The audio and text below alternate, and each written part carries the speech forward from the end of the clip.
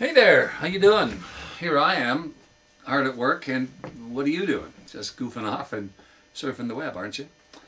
Well, the other day I had an email from someone asking me to do a little bit more about this travel with intent idea and developing conscious awareness and various techniques that you can use to develop conscious awareness other than walking around with a camera learning how to focus on things.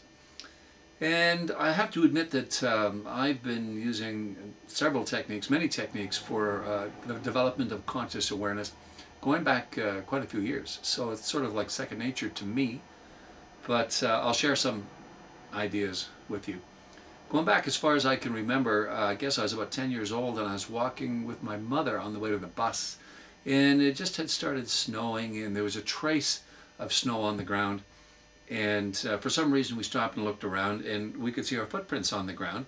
And my mother said to me, look at your footprint. Why don't you learn to work properly or walk properly? And I thought, what was proper?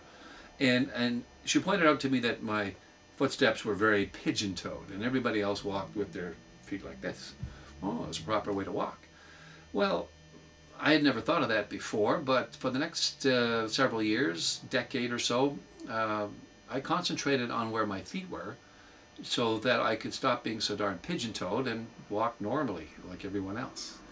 And then several years later, I had read all of the books by Carlos Castaneda about his time with the Yaqui Indians of northern Mexico and all their sorcery and different states of reality. A separate reality to them would be dreaming. Whereas in the real world, we are in control of ourselves. In the dream world, quite often things are in control of us, and you can actually learn ways to control your dreaming mind.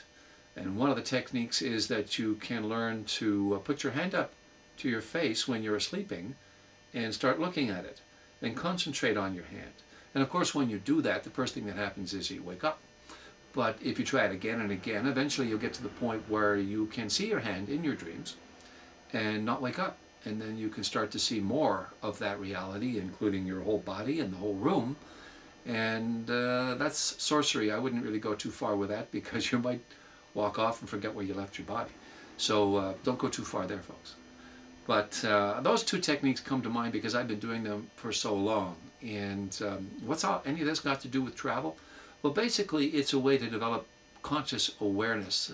There's many different techniques that you can do to stop your mind talking to yourself and not going through life like a budgie bird, just looking in the mirror and preening and saying, aren't I a pretty bird? You've got to start looking out, not in. And when you do that, you develop conscious awareness and strange things start to happen.